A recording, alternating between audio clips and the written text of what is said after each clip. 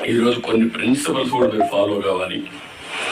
Is of doing business కానీ, is of living కానీ, is of travelling కానీ, is of public services ఎట్లా access చేసుకోవద్దు చేయడం కానీ, ఇన్నోవేషన్ కానీ, ఇలాంటి నూతనమైన ఆలోచనతో జీవన ప్రమాణాలు మెరుగయ్యే విధంగా హ్యాపీగా ఉండేట్టుగా మనం చేయాల్సిన అవసరం ఉంది.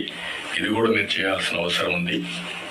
ప్రతి ఒక్క కలెక్టర్ కానీ, ఆఫీసర్లు కానీ ఈ గవర్నమెంట్లో మనం గుర్తుపెట్టుకోవాల్సిన empathy is very very important.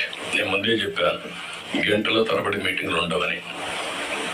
పెట్టుకునే టైం మనం పెట్టుకుందాం, ఎట్లా చేయాలనో నిర్దేశిద్దాం. కానీ రూల్ బౌండెడ్ కాకుండా హ్యూమన్ యాంగిల్లో మీరు ఆలోచించండి. ప్రతి ఒక్క సమయాన్ని, ప్రతి ఒక్క ఇష్యూని రూల్ బౌండెడ్గా మీరు ఆలోచించేంత వరకు సమస్య పరిష్కారం కాదు. కానీ హ్యూమన్ యాంగిల్లో ఆలోచించినప్పుడు అదే రూల్ కింద ఆ సమస్యను పరిష్కారం చేసే పరిస్థితి మీకు వస్తుంది. అలాంటి ఆలోచనకు శ్రీకారం చుట్టాలి. మీ సబార్డినేట్స్ని కూడా ఎక్కడ కానీ నేను చెప్తున్నా, మన ప్రవర్తనలో ఒక పాజిటివ్ ప్రవర్తన ఉండాలి. ప్లింతీ లాంగ్వేజ్ వాడడం, లేకుంటే మనకు అధికారం ఉందని ఒక పెత్తందారి వ్యవస్థ మరిగా బిహేవ్ చేయడం, అలాంటి ఎక్కడా లేకుండా ప్రతి ఒక్కరు గుర్తుపెట్టుకోవాల్సింది.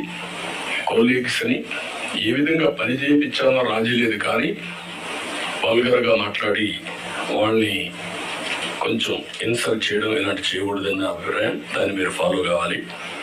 మీరు చేసే పని మాకు రిఫ్లెక్ట్ అవుతుంది. మళ్ళీ ఈ విషయం గుర్తుపెట్టుకోవాలి. మీరు ఒక వ్యక్తి అయితే మీకు అన్వయిస్తారు. వ్యవస్థలో ఒక భాగం అయినప్పుడు హెడ్ ఆఫ్ ది ఆర్గనైజేషన్ ఎవరైతే ఉంటారో వాళ్ళకు కూడా వస్తుంది. ఈ విషయం మీరు గుర్తుపెట్టుకోవాల్సిన అవసరం ఉంది. రెండోది యాక్సెసిబిలిటీ. మీ టైంని మార్క్ చేసుకోండి. నేను కూడా ఎవ్రీ సాటర్డే కూర్చొని సీఎంఓ ఏ విధంగా పనిచేసాం, టైం ఎట్లా మేనేజ్ చేసాం, నేను ఎట్లా ఇంప్రూవ్ చేసుకోవాలి, అన్ని విషయాల్లో ఒక పక్క మీటింగ్స్, ఒక పక్క పబ్లిక్ రిలేషన్స్, ఒక పక్క మా పార్టీ వర్క్,